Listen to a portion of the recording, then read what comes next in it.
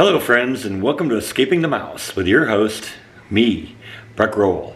Alright, so I've taken a few weeks off of painting. You may recall that recently I've painted about a third of the living room, this area behind me here. And since the living room is sort of a big area, I decided I was going to kind of break it into three parts. So we completed one part about 3 or 4 weeks ago, and I want to do another part today. And so the parts I'm looking at are basically this part behind me, the area behind the wall, and much of the front of the house, basically all the way over to here. I'm not going to hit this wall yet with the TV on because that's going to be a little bit more complicated working around the TV and stuff like that. So I'm going to save that for the third part. But I do want to get the wall here, and I also want to kind of get the ceiling area done. Now I'm not going to do all of the ceiling. There's 4 segments of the ceiling behind me, and I basically want to get this one and this one painted white, and then we're also going to do the crown molding along here, the dark color. And there's also this weird little triangle pattern up here that's part of the slope ceilings in the living room area. So we want to get that done, and that's kind of our task for this week. So let's get going on this. So as you can see, I got like a bunch of junk that I got in the area, the coffee table, the lazy boy chair, a couple of tables and stuff like that. And I even maybe a little bit the couch that we're going to have to move out of this area so that we can work in here, and so we can cover everything up with paper and get it ready to go. So that's going to be the first thing. I'm just going to kind of move that all over into this area here, and it can temporarily be here while we're doing the painting. Alright, so I got the room basically all taken apart. All the face plates are off the light switches and electrical outlets and all that fun stuff. I'm going to leave some of the drywall anchors in there because I was using those. I put those there myself, and I'm going to continue to use them again. I got to do some hole patching here. These are actually, I had stuff that I put up here, and I took it down, and we'll just we'll re-nail it up once we get to the point where we get everything repainted again. Got the dressings off the windows. I was actually surprised how easy the mantle came off the fireplace. It was just kind of hung on a little hook there, so it lifted off pretty easily. So that's good to go. I think what I want to do is I'm going to repaint the entire brickwork here. It's going to be white again, but I want it to be kind of a consistent color.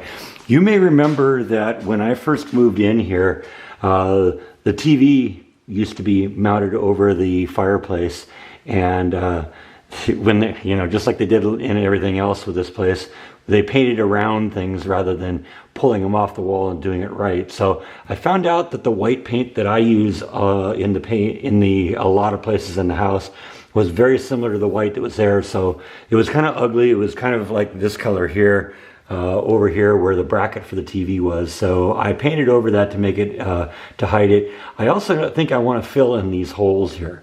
I don't have exactly the right thing to do it, but I have something that's close. I have some caulking compound that's designed for filling in mortar. Like I used it to fill in some holes on the cinder block wall of my house in California. I got a little bit of it left over, so I'm going to fill in these holes here, and then we can paint over it and make the whole thing look nice.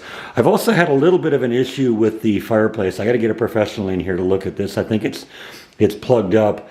And so one time I was using the fireplace recently, and smoke wasn't going up the chimney, it was coming out into the room. So I've kind of stained the wood, or stained the brickwork a little bit. I've managed to clean most of it off, and I think what I'm going to do is go get a scrub brush and try and get the rest of it off, and then we'll paint over that and it'll look nice. But basically the room is ready to go now. Everything's off the walls. I'm gonna tape up the crown molding a little bit, but the truth is I'm gonna repaint the crown molding anyway. So if there's a little bit of the blue paint that gets on it, it's gonna be okay. We're gonna cover it up. Obviously I want to keep the door the way it is, but basically that's everything here. Everything's everything here is gonna be painted, and we're also gonna do this section and this section of the ceiling, and then we also got to do this little triangular section here in the blue. So that's, I think, what's going to happen next. We're going to go get some, like I said, get a scrub brush and clean off the brickwork here so that looks really nice and neat, so we can paint over that. And then I think we'll put some paper on the floor and we'll start painting. Probably going to paint tomorrow, but We definitely want to get the paper on the floor so that we don't end up getting paint on this beautiful floor. So that's what's next. All right, so I got most of the soot staining off of the brickwork, so that's probably good. I have put some of the mortar material and filled the holes, so I'm going to let that kind of dry overnight. And we're going to move on to the next thing. We are going to tape up the floor now so that we can protect it and don't get paint all over the place when we're doing our painting. Now, one of my viewers commented on a video just a couple days ago and wanted to have a better understanding about how I taped everything up. I have covered that a little bit in the past, but you know what, we'll do it again because, you know, we got new viewers here and maybe not everyone's going back and looking at all the old videos. So I'm going to show you how I do this. Now, ultimately what I want to do is I want to cover every inch of this floor with this painter's paper. This is just the stuff you can get at a hardware store. It's in the paint section, and basically I'm just going to tape every inch of it down. Now the problem with this stuff is that these edges are perfectly straight, and all too often the edges of the walls are not. So if I try and use this painter's paper to coat the floor, there's going to be little gaps because the wall wobbles a little bit as it goes. The walls aren't perfectly straight.